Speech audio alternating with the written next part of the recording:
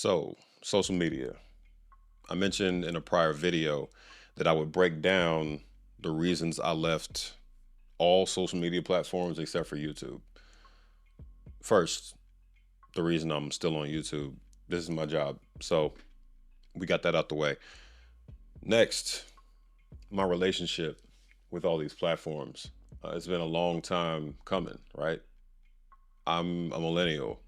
1990 was my birth year, to be specific. So, I'm in the middle of the pack. When you were raised in an era where social media wasn't a thing and then it suddenly was a thing, which is kind of only true from my generation because we invented it.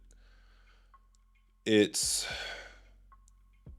surreal, right? Like you have your world instantly kind of changed by the MySpaces and the emergence of Facebook and even like AOL chat room and stuff like that, Messenger, whatnot.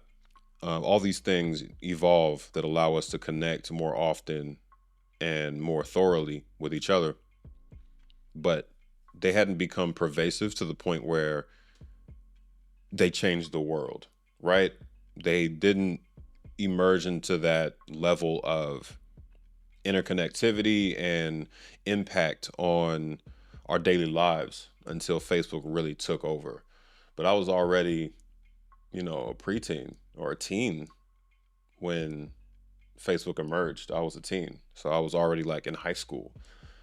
And when most of your development as a child comes before that and you're used to playing outside and connecting with people in a certain way, that can have a very unique effect on your perspective and your psyche. Because as we all know, what Facebook emerged into was something that shifted the way we relate to each other, the way we evaluate each other, judge each other, and compare our lives to other people's lives. So I know in my case, that relationship quickly became unhealthy. A level of insecurity slowly emerged within me that wasn't there before. And I can say that for Instagram, especially, like you're seeing screenshots and highlights of other people's lives on a regular basis. And you also feel the need to monetize your hobbies, monetize your passions, which led to me doing what I do now. So I don't entirely regret it, but for a while there, it was rough because I was a musician for 10 years. And despite all the highs I experienced, I also experienced some devastating lows. And having to do all that in front of the world was not healthy. I didn't get to develop my career and figure out what works, figure out what doesn't work in a silo. I got to experience all that in front of an audience. And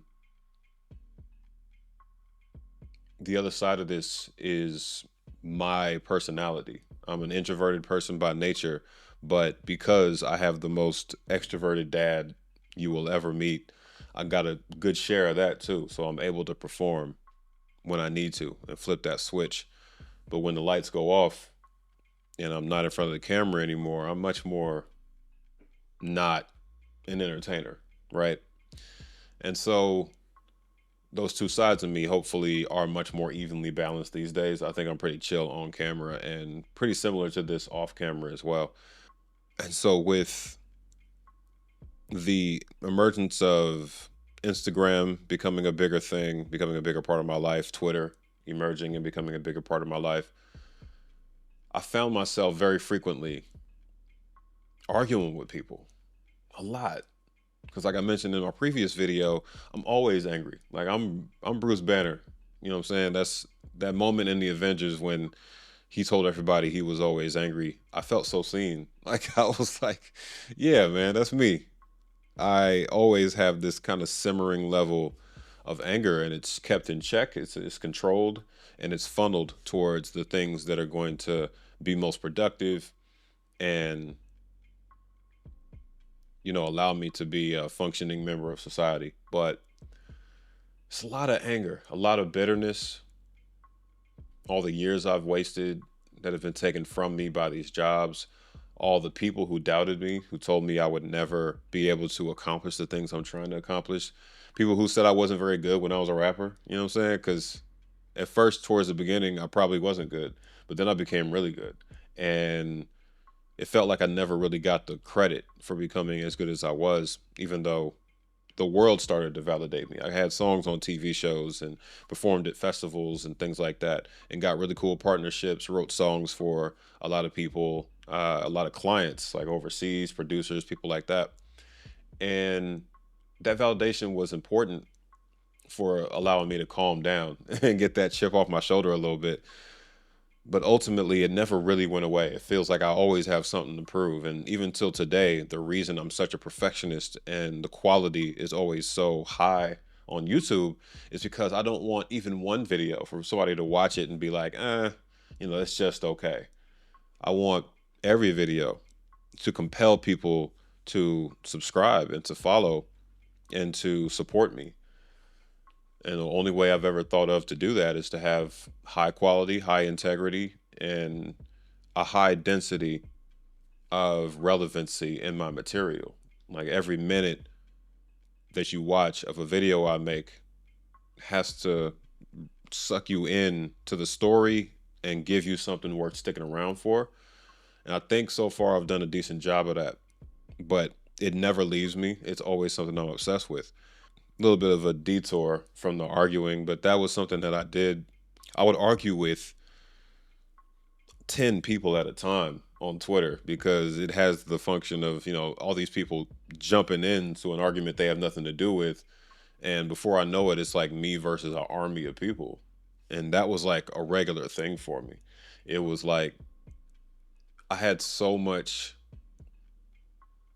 vitriol towards people who I saw as stupid or uninformed or ignorant. I think more than anything, when I see inaccurate information, or I see somebody say something I know to be false, I feel this strong compulsion to correct them and to let them know, like, no, this is what's real, not what you just said. I'm not even going to say that's healthy. I actually think it's been to my detriment in the past, but it stuck with me. And it's the reason why I do what I do on YouTube now to help correct the record on certain topics and provide the research so we can not be talking from a place of ignorance, but from a place of facts and debate on that. Like, why not? And also, this YouTube thing has been me taking the power back. I went from arguing with people in comment sections to creating the comment section. And to me, that was the ultimate way for me to flip that and take my power and use it for something productive that I felt was given back to society as opposed to all the pointless arguing I've engaged in for all these years. And so that brings me to why I left. I would find myself arguing in comment sections, one person, two people, five people, just going in furious, like in the grocery aisle, just standing there typing away at my phone. I would spend hours of my day scrolling and engaging with things that piss me off. And of course, that's the algorithm doing that to you on purpose.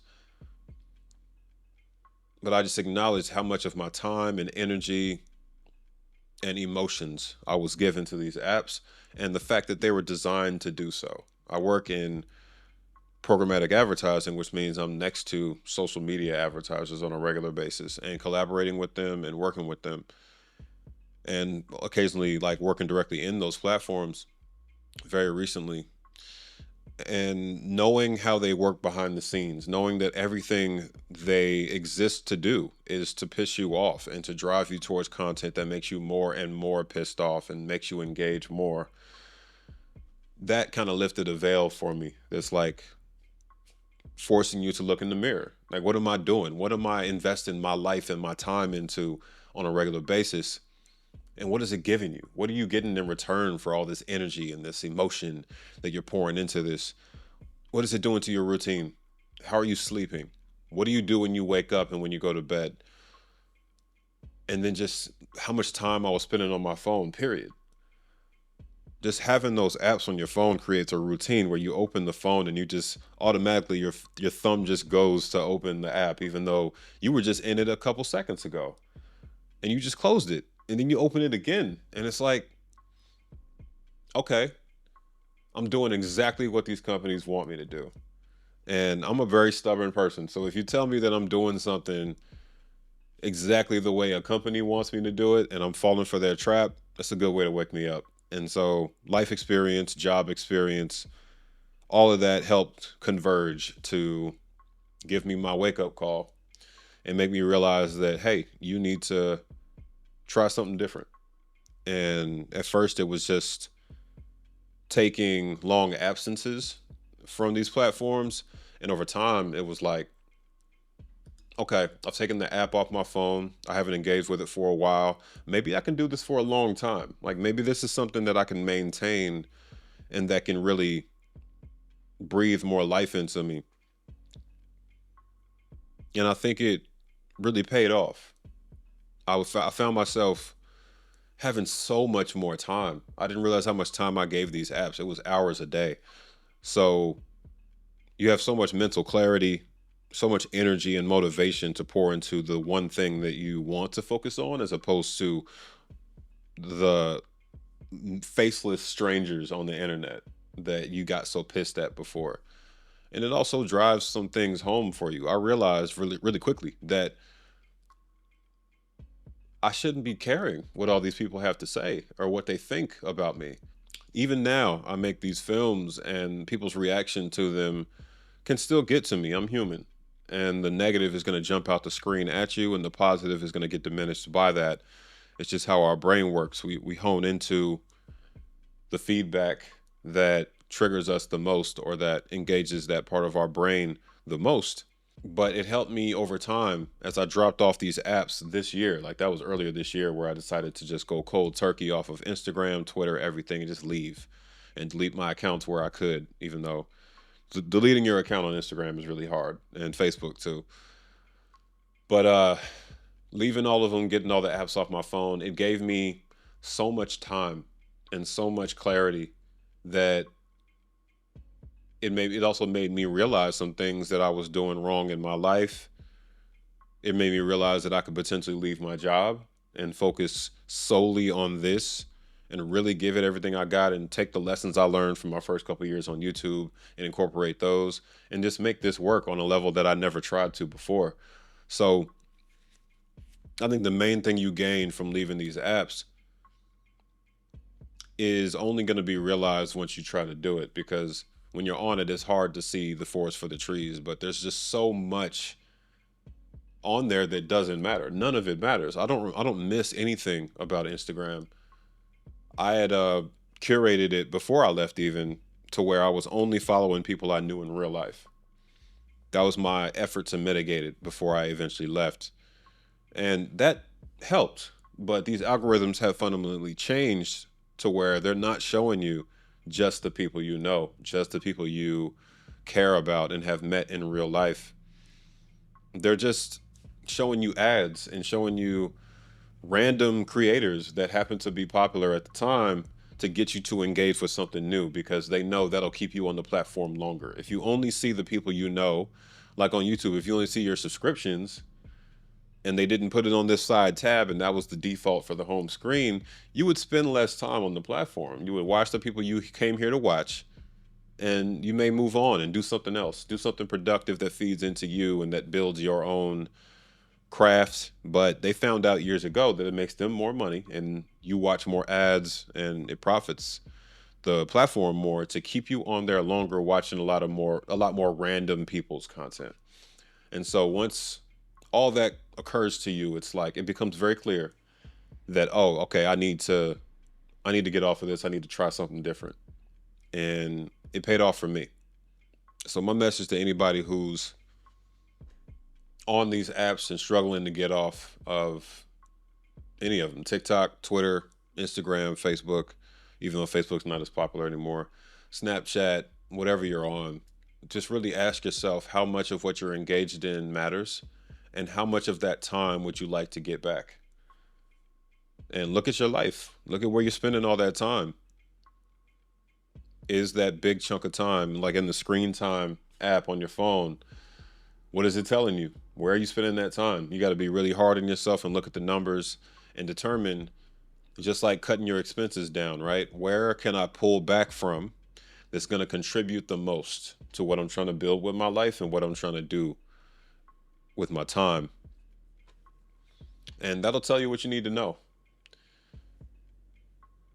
There's a psychological dependency that develops when we start to lean into these apps more and more and more. And that's what they're designed to do by psychological experts and behavioral experts that they bring in to create these algorithms and create these UI interfaces and UX design. So, yeah, evaluate what you want to do, where you got to get that time from to do it. And in my opinion, it'll be a foregone conclusion. Similar to reclaiming my time from my day job, you got to take your time back from any and everybody who doesn't have your best interest at heart. And these social media platforms absolutely do not.